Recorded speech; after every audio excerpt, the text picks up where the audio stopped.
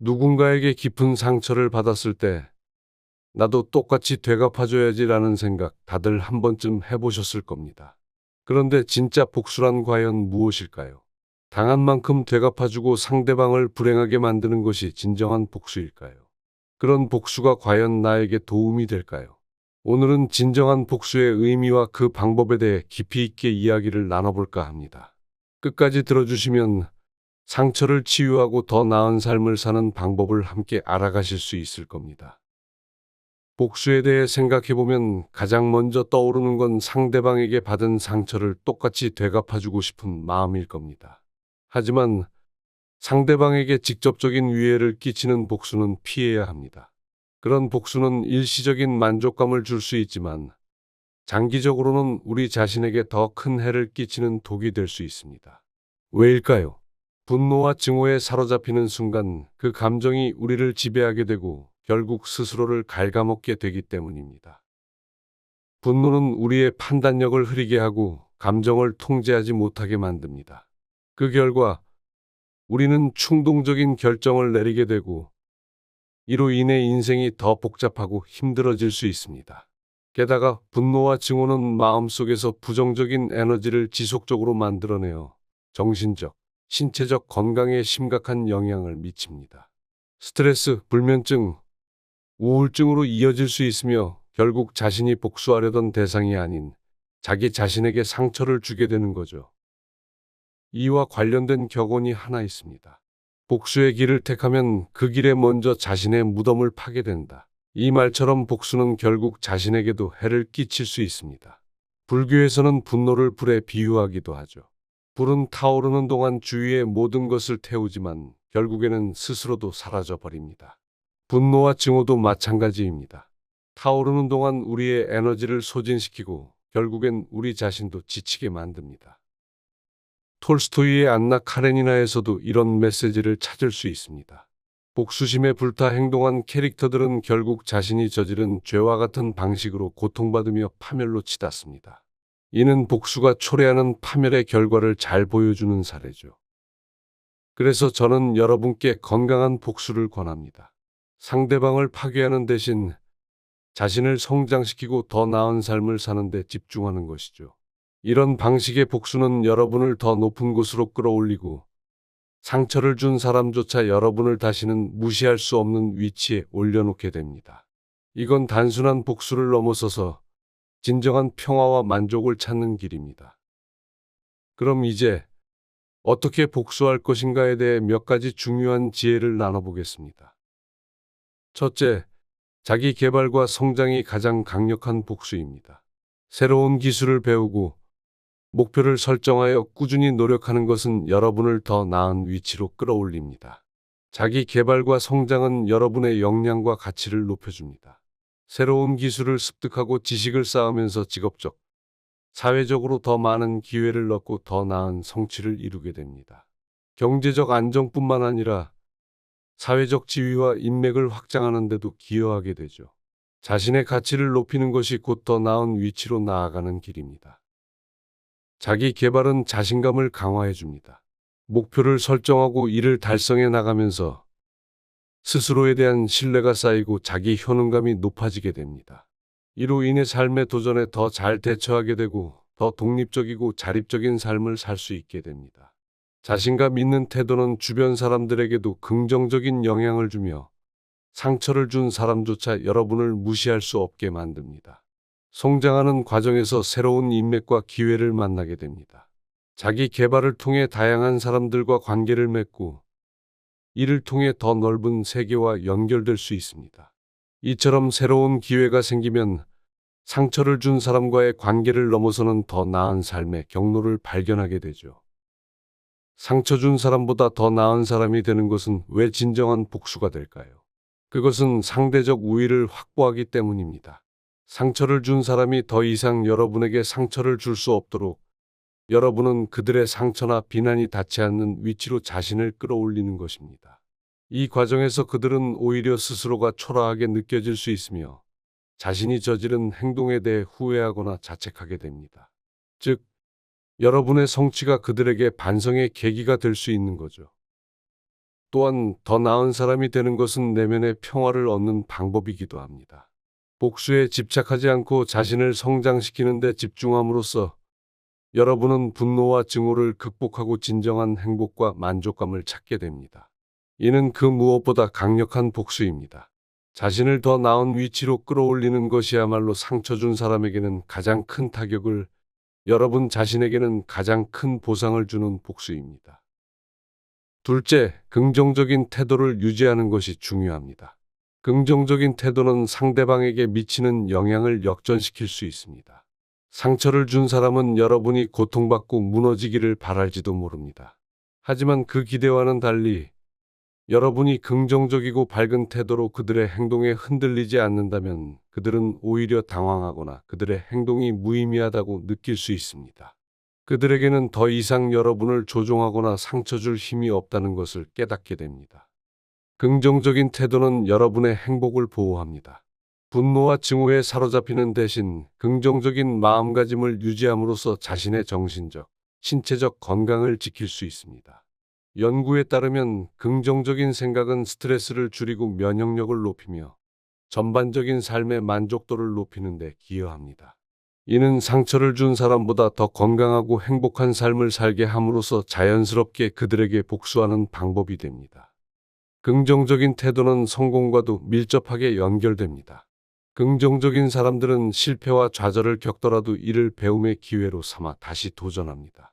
이런 태도는 결국 성공으로 이어지며 그 성공이 상처를 준 사람에 대한 가장 강력한 복수가 됩니다.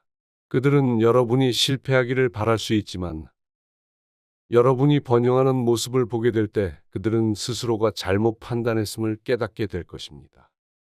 격언 중에 삶은 10%의 사건과 90%의 그것에 대한 반응으로 이루어진다라는 말이 있습니다. 이 말은 우리에게 일어나는 일 자체보다 그 일에 우리가 어떻게 반응하는지가 더 중요하다는 것을 강조합니다. 긍정적인 반응은 어려움을 극복하게 하고 오히려 그로 인해 더 성장하게 만듭니다.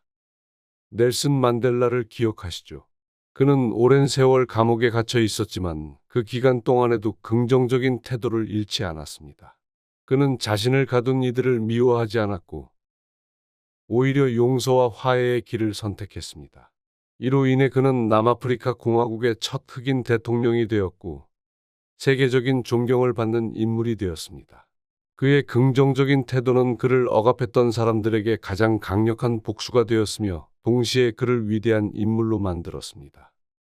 따라서 긍정적인 태도를 유지하는 것은 단순히 내면의 평화를 찾는 것뿐만 아니라 상처를 준 사람에게 여러분이 흔들리지 않고 더 나은 삶을 살고 있다는 강력한 메시지를 전하는 방법입니다. 이는 그들에 대한 복수일 뿐만 아니라 여러분 자신을 위해서도 가장 현명한 선택이 될 것입니다. 셋째, 건강을 챙기는 것도 잊지 마세요. 신체적, 정신적 건강은 여러분의 에너지를 높이고 삶의 질을 향상시키는 중요한 요소입니다. 건강한 신체는 정신적 명확성을 높여줍니다. 규칙적인 운동과 올바른 식습관은 뇌에 충분한 산소와 영양을 공급해주어 집중력과 기억력을 향상시킵니다. 건강한 신체는 더 명확하고 이성적인 판단을 가능하게 해주며 감정에 휘둘리지 않고 냉철하게 상황을 분석할 수 있도록 도와줍니다. 이는 중요한 결정을 내릴 때 더 현명하고 균형 잡힌 선택을 할 수 있게 합니다. 정신적 건강은 감정의 안정성을 제공합니다. 스트레스 관리와 긍정적인 마음가짐은 정신적 건강의 핵심입니다. 명상이나 휴식 그리고 취미 활동은 마음을 안정시켜 감정의 기복을 줄여줍니다. 이는 복잡한 상황에서도 평정심을 유지하게 해주며 충동적인 결정이나 후회할 선택을 피할 수 있게 합니다. 건강한 마음은 장기적인 목표를 위해 일관되게 노력할 수 있는 힘을 줍니다. 또 건강한 생활 습관을 유지하면 피로감이 줄어들고 에너지가 증가합니다. 이는 일상생활에서 더욱 활기차게 활동할 수 있게 하며 중요한 순간에 필요한 집중력과 결단력을 유지하는 데 도움이 됩니다. 에너지가 넘치는 상태에서는 어떤 도전이든 더 쉽게 극복할 수 있고 더 많은 기회를 잡을 수 있습니다. 건강한 신체와 마음은 자신감과 자기 효능감을 증진시킵니다. 건강을 챙기는 과정에서 느끼는 자기 성취감은 자신감을 높이며 스스로의 능력을 신뢰하게 만듭니다. 이로 인해 어떤 상황에서도 두려움 없이 자신을 믿고 더 나은 선택을 할 수 있게 됩니다.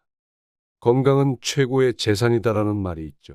건강이야말로 모든 성공과 행복의 기초임을 강조하는 격언입니다. 건강이 없으면 어떤 성취나 복수도 무의미해질 수 있습니다. 여기 로버트 얼리치라는 유명한 CEO의 이야기가 있습니다. 그는 사업 초기에는 건강을 돌보지 않고 일에만 매달렸지만 결국 심각한 건강 문제를 겪게 됩니다. 이후 그는 건강을 최우선으로 삼고 신체적, 정신적 건강을 관리하기 시작했습니다. 그 결과 그의 결정력과 경영 능력은 크게 향상되었고 더 나은 성과를 거두게 되었습니다. 이는 건강이 얼마나 중요한지 그리고 그것이 어떻게 더 나은 선택으로 이어지는지를 잘 보여주는 사례입니다. 따라서 건강을 챙기는 것은 단순한 자기관리 이상의 의미를 가집니다. 건강한 몸과 마음을 통해 더 나은 선택을 하고 더 행복하고 성공적인 삶을 살 수 있게 됩니다. 이는 자신을 위해서도 그리고 상처를 준 사람에게 보여주기 위해서도 매우 중요한 복수의 한 형태가 될 수 있습니다.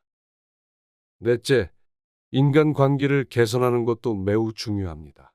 상처를 준 사람과의 관계를 정리하고 새로운 긍정적인 인맥을 형성하는 것이 여러분의 삶을 더욱 풍요롭게 만들 것입니다. 부정적인 관계는 정서적, 정신적 에너지를 소모시킵니다. 상처를 준 사람과 지속적으로 관계를 유지하면 그 관계는 지속적으로 여러분의 에너지를 빼앗아 갈 수 있습니다. 그들이 주는 부정적인 감정과 스트레스는 여러분의 정신적 건강을 해치고 더 나은 삶을 사는데 장애물이 됩니다. 이러한 관계를 계속 유지하면 스스로를 더욱 힘들게 만들며 나아가 다른 긍정적인 관계를 맺을 기회를 놓칠 수도 있습니다. 과거의 상처에서 벗어나기 위해서라도 상처를 준 사람과의 관계를 정리하는 것이 필요합니다. 상처를 준 사람과의 관계를 정리하는 것은 과거의 아픔을 뒤로하고 새로운 시작을 할 수 있는 기회를 제공합니다. 관계를 계속 유지하는 것은 그 상처를 끊임없이 되새기게 만들고 마음의 상처가 치유되지 않도록 만들 수 있습니다.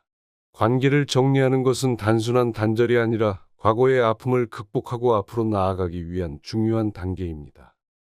또한 자기 존중감을 회복하기 위해서도 이 과정은 중요합니다.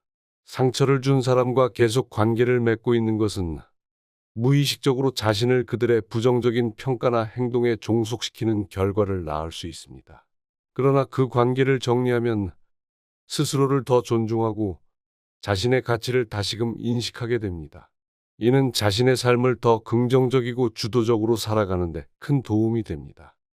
마지막으로 새로운 긍정적인 인맥을 형성하기 위해서라도 이 과정은 필요합니다. 상처 준 사람과의 관계를 끊으면 여러분은 더 나은 사람들과의 관계를 맺을 기회를 얻게 됩니다. 긍정적이고 지지적인 사람들과의 관계는 여러분의 삶에 힘과 활력을 불어넣으며 새로운 기회와 성장을 가져다 줄 수 있습니다. 이는 여러분의 삶을 더욱 풍요롭게 만들고 상처 준 사람의 영향에서 벗어나 진정한 행복을 찾게 해줍니다. 이와 관련된 격언 중에는 독을 품은 나무는 열매를 맺지 못한다라는 말이 있습니다.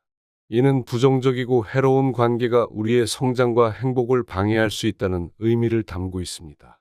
독이 있는 나무에서 벗어나 건강하고 비옥한 땅에서 새로운 관계의 씨앗을 심는 것이야말로 진정한 성장을 이룰 수 있는 길입니다. 오프라 윈프리의 이야기를 들어보신 적 있으실 겁니다. 그녀는 자신의 성공 과정에서 부정적인 사람들과의 관계를 정리하고 자신을 지지하고 격려해주는 사람들로만 주위에 두었다고 합니다.